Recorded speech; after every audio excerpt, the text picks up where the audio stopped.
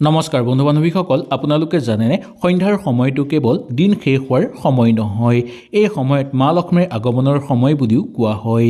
বহু মানুহে কষ্ট কৰি কাম কৰে, কিন্তু তথাপিও তেওঁলোকৰ ঘৰত ধন নাথাকে। ঘৰত অশান্তি বৃদ্ধি পাবলৈ ধৰে, ভাগ্য যেন তেওঁলোকৰ কাৰণে ৰৈ যায়। ইয়াৰ কাৰণ কি আপোনালোকে জানেনে? সন্ধ্যাৰ পিছত অজানিতে কৰা কিছুমান ভুল। আজি মই এই ভিডিঅ'টোৰ যোগেদি আপোনালোকক জনাম যে সন্ধ্যাৰ পিছত কেতিয়াও নকৰিব আপোনালোকে এই 5টা গুৰুত্বপূৰ্ণ কাম, যিবোৰ শাস্ত্ৰ আৰু পৌৰাণিক বিশ্বাসৰ তত্ত্বত গুৰুত্বপূৰ্ণ বুলি মনা গৈছে। ভিডিঅ'টো আপোনালোকে শেষলৈকে চাব, কাৰণ শেষত এটা বিশেষ উপায়ৰ কথা মই আজি এই ভিডিঅ'টোৰ যোগেদি জনাম। সন্ধ্যাৰ সময়ত ঘৰত যদি এই কামবিলাক আপোনালোকে কৰে, তেনেহ'লে ঘৰত নিগেটিভ শক্তি বৃদ্ধি পাবলৈ ধৰিব। আহক তেনেহ'লে আমি বেছি দেৰি নকৰি সুন্দৰভাৱে জানি লওঁ। 1 নম্বৰ, সন্ধ্যাৰ পিছত কেতিয়াও ঝাৰু দিব নালাগে। বন্ধু বান্ধৱীসকল, সন্ধ্যাৰ সময়ত ঝাৰু দিয়া মানুহৰ ঘৰৰ পৰা ধন আৰু ভাগ্য নিজেই বাহিৰলৈ ওলাই যায়। শাস্ত্ৰৰ মতে দেৱী লক্ষ্মী সন্ধ্যাৰ সময়ত আমাৰ ঘৰত প্ৰৱেশ কৰে। এই সময়ত ঝাৰু দিলে দেৱী লক্ষ্মী আমাৰ ঘৰত কেতিয়াও টিকি নাথাকিব। দেৱী লক্ষ্মী আমাৰ ঘৰৰ পৰা ওলাই যোৱাৰ উপৰিও আমাৰ ঘৰৰ পৰা সকলো শুভ শক্তি বাহিৰ হৈ পৰিব, যাৰ ফলত ঘৰত দুখ দৰিদ্ৰতা দেখিবলৈ পোৱা যাব আৰু ঘৰত প্ৰচুৰ পৰিমাণে অৰ্থ হানি হ'বলৈ ধৰিব। বিশেষকৈ সন্ধ্যা সূৰ্য অস্ত হোৱাৰ পিছত ঝাৰু কেতিয়াও আমি মাৰিব নালাগে। যদি এই সময়ত আপোনালোকে ঝাৰু মাৰে, তেনেহ'লে আপোনালোকৰ ঘৰত দুখ দুৰ্ভাগ্য নামি আহিব আৰু মা লক্ষ্মীৰ খং উঠিব। সেই গতিকে এই সময়ত কেতিয়াও আপোনালোকে এই কাম নকৰিব। পূজাৰ চলি থকাৰ সময়ত কেতিয়াও আমি ঝাৰু মাৰিব নালাগে। যি জেগাত পূজা চলি থাকে, সেই জেগাত যদি আমি ঝাৰু মাৰি থাকোঁ, তেনেহ'লে কেতিয়াও সেই পূজাৰ ভাল ফল আমি লাভ কৰিব নোৱাৰিম। দেৱতাৰ আগমনৰ সময়তো কেতিয়াও আমি ঝাৰু মৰাটো উচিত নহয়। এই সময়ত ঝাৰু দিলে ঘৰত কেতিয়াও উন্নতি নহ'ব, ঘৰত প্ৰায় অশান্তি আৰু দৰিদ্ৰতাই দেখা দিবলৈ ধৰিব। এই সময়ত কেতিয়াও ঝাৰু দিয়াটো উচিত নহয় বুলি কোৱা হৈছে শাস্ত্ৰৰ অনুসৰি।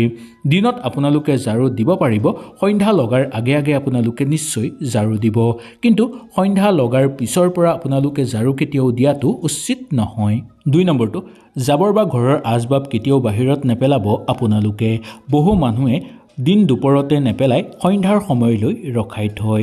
জাবৰ পেলোৱাটো ৰাতি কেতিয়াও উচিত নহয় বুলি মনা গৈছে। যদি আপোনালোকৰ ঘৰৰ ভিতৰত কিবা জাবৰ দম হৈ আছে, তেনেহ'লে দিন দুপৰতে আপোনালোকে পেলাব। সন্ধ্যা লগাৰ পিছত কেতিয়াও পেলোৱাটো উচিত নহয়। বাস্তুশাস্ত্ৰৰ মতে সন্ধ্যাৰ পিছত জাবৰ পেলোৱা মানুহৰ ঘৰত ধন সমৃদ্ধি কেতিয়াও নাথাকে। এই সকলোবোৰ ঘৰৰ পৰা বাহিৰ হৈ যায়। বিশ্বাস কৰা হয় যে ঘৰৰ আৱৰ্জনাৰ সৈতে ভাগ্য ঘৰৰ পৰা ওলাই যায়। যদি আপোনালোকে এইবোৰ পেলাবলগীয়া আছে, তেনেহ'লে দিন দুপৰতে পেলাই আজৰি হৈ লোৱাটো উচিত। কেতিয়াও সন্ধ্যা বা ৰাতিলৈ আপোনালোকে থৈ নিদিব। যদি প্ৰতি প্ৰয়োজন হয় বা অতি যদি আপোনালোকৰ দৰকাৰ হয়, তেনেহ'লে জাবৰখিনি কোনো এটা চুকত আপোনালোকে দমাই ৰাখিব আৰু ৰাতিপুৱা ঘৰ চাফা কৰাৰ লগতে সেই জাবৰখিনি ঘৰৰ পৰা বাহিৰ কৰিব। এই এটা সৰু নিয়ম কৰিলে ডাঙৰ পৰিৱৰ্তন আপোনালোকৰ জীৱনলৈ অহা দেখিবলৈ পোৱা যাব, যাৰ ফলত মা লক্ষ্মীৰ পৰম আশীৰ্বাদ আপোনালোকে লাভ কৰিব পাৰিব। এটাৰ পিছত আনটো নতুন নতুন সুযোগ আপোনালোকে লাভ কৰিব পাৰিব। নতুনকৈ আপোনালোকৰ ঘৰত উন্নতি আৰু সফলতা নামি অহা দেখিবলৈ পোৱা যাব। ভাগ্যই এই ক্ষেত্ৰত আপোনালোকক বহু বেছি সহায় কৰিব। নতুন নতুন চিন্তাধাৰণা মনলৈ আহিব আৰু ঘৰলৈ বহু বেছি ভাল খবৰ অহাৰ যোগ নামি আহিব। সেই গতিকে এই কামবোৰ আপোনালোকে কৰিব। 3 নম্বৰটো, সন্ধ্যাৰ পিছত নিমখ, গাখীৰ আৰু ধান কেতিয়াও কাকো দান কৰাটো উচিত নহয় বা কাকো ধাৰলৈ নিদিব। এইটো এটা অতি গুৰুত্বপূৰ্ণ নিয়ম বুলি মনা গৈছে। নিমখ, গাখীৰ আৰু ধান এই 3টা সমৃদ্ধিৰ প্ৰতীক বুলি মনা যায়।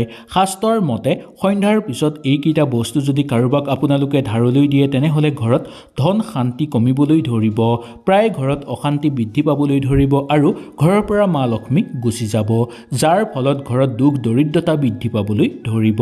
বিশেষকৈ নিমখ কেতিয়াও ৰাতি কাকো দান কৰাটো বা কাকো ধাৰলৈ দিয়াটো উচিত নহয়। দিব লগা হ'লে আপোনালোকে নতুনকৈ কিনি দিব পাৰিব।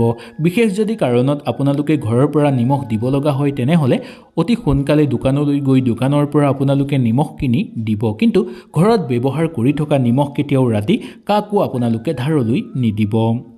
গাখীৰ কেতিয়াও ঘৰৰ পৰা বাহিৰ কৰিব নালাগে সন্ধ্যা লগাৰ পিছত।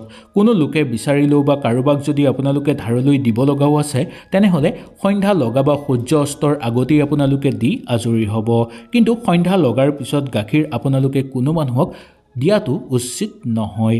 ধাৰলৈ হওক বা যি কাৰণতেই নহওক, ধান বা চাউল আপোনালোকে কেতিয়াও ৰাতি কাকো ধাৰলৈ নিদিব বা কাকো উপহাৰ দিয়াটো উচিত নহয়। কোনো ধৰ্মীয় কামত হ'লে আপোনালোকে দিব পাৰিব, তথাপিও দিয়াৰ পিছত তিনিমুঠি আপোনালোকে যি জেগাৰ পৰা ধান বা চাউল দিব সেই জেগাত নিশ্চয় আপোনালোকে ৰাখিব, তাৰ পিছতহে দিব পাৰিব।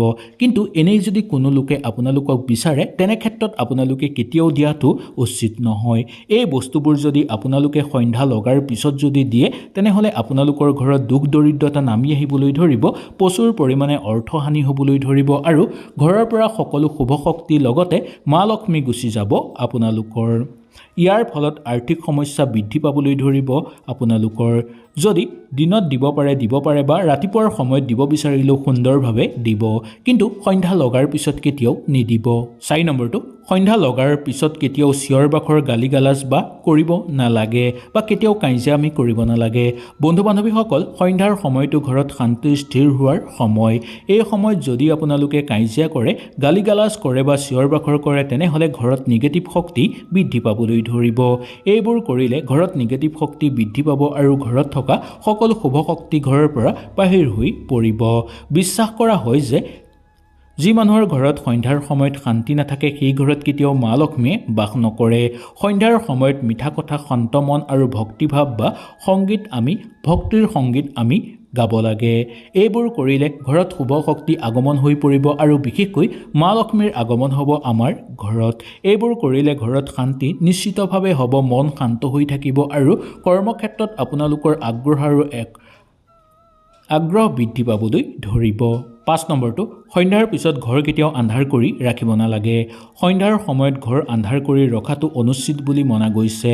এইটো অশুভ বুলি মনা যায় বা ধৰা হয়। বিশেষকৈ পূব দিশটো পূজা ঠাই বা কিবা শুভ জেগা যদি আপোনালোকৰ ঘৰত আছে তেনেহ'লে সেইকেইটা জেগা আপোনালোকে পোহৰ কৰি ৰাখিব। বেলেগ জেগা পোহৰ কৰি ৰাখিব নোৱাৰিলেও আপোনালোকৰ ঘৰৰ পূব দিশটো পূজা ঠাই আৰু কিবা শুভ জেগা থাকিলে সেই ঠাইখিনি আপোনালোকে পোহৰ কৰি ৰাখিব। এই ঠাইখিনিত আপোনালোকে লাইট এটা বা ডিম লাইট এটা জ্বলাই ৰাখিব পাৰে বা এগছি দীপ আপোনালোকে জ্বলাই ৰাখিব পাৰে, কাৰণ এই জেগা আপোনালোকৰ ঘৰত অতিশয় শুভ বুলি মনা যায়। এই জেগাতেই আপোনালোকৰ শুভ শক্তি জাগ্ৰত হয় বেছিকৈ আৰু আপোনালোকৰ ঘৰত পজিটিভ শক্তি বৃদ্ধি পাবলৈ ধৰে। নতুন আশা আপোনালোকৰ ঘৰলৈ আহিব আৰু লগতে সমৃদ্ধি আপোনালোকৰ জীৱনত বৃদ্ধি পাবলৈ ধৰিব। সন্ধ্যাৰ সময়ত এগছি ঘৰত চাকি বন্তি জ্বলালে মা লক্ষ্মীৰ পৰম কৃপা বৃদ্ধি পায় আৰু ওম লক্ষ্মী নমঃ এই মন্ত্ৰটো আপোনালোকে মনত উচ্চাৰণ কৰিলে আপোনালোকৰ সকলো শুভ শক্তি আগমন হ'বলৈ ধৰিব আৰু ঘৰত থকা সকলো নিগেটিভ শক্তি দূৰ হৈ পৰিব। এই এটা সৰু কামে ডাঙৰ ফল দেখুৱাব আপোনালোকক। সন্ধ্যাৰ সময়ত ঘৰৰ মুখ্য দুৱাৰৰ ওচৰত 2 মিনিট সময় ৰৈ আপোনালোকে ক'ব, মা লক্ষ্মী এই ঘৰত শান্তি, সমৃদ্ধি আৰু সৌভাগ্যতা লৈ আহা। এই বাক্যটো বিশ্বাস সহকাৰে ক'ব, মনত শান্তি বৃদ্ধি পাবলৈ ধৰিব, ঘৰত পজিটিভ শক্তি বৃদ্ধি পাবলৈ ধৰিব। বন্ধু বান্ধৱীসকল, ধন কেৱল কষ্টৰে নহয়, ধন আহে নিয়ম, বিশ্বাস আৰু শক্তিৰে। যদি আপুনি সন্ধ্যাৰ পিছত এই 5টা কাম এৰি চলে তেনেহ'লে লাহে লাহে ঘৰৰ পৰিস্থিতি সলনি হ'বলৈ ধৰা অনুভৱ কৰিব। ভিডিঅ'টো যদি আপোনালোকৰ উপযোগী যেন লাগিলে নিশ্চয় লাইক কৰিব আৰু আপোনালোকৰ বন্ধুবৰ্গৰ লগত শ্বেয়াৰ কৰিব। মা লক্ষ্মীৰ কৃপা আপোনালোকৰ ওপৰত সদায় থাকক। লক্ষ্মী, ভাগ্য আৰু জীৱন সলনি কৰাৰ উপায়সমূহ আপোনালোকে সদায় পাই থাকিব আজিৰ দিনৰ দৰে। আৰু কমেণ্টত আপোনালোকে নিশ্চয় লিখিব, জয় মা লক্ষ্মী।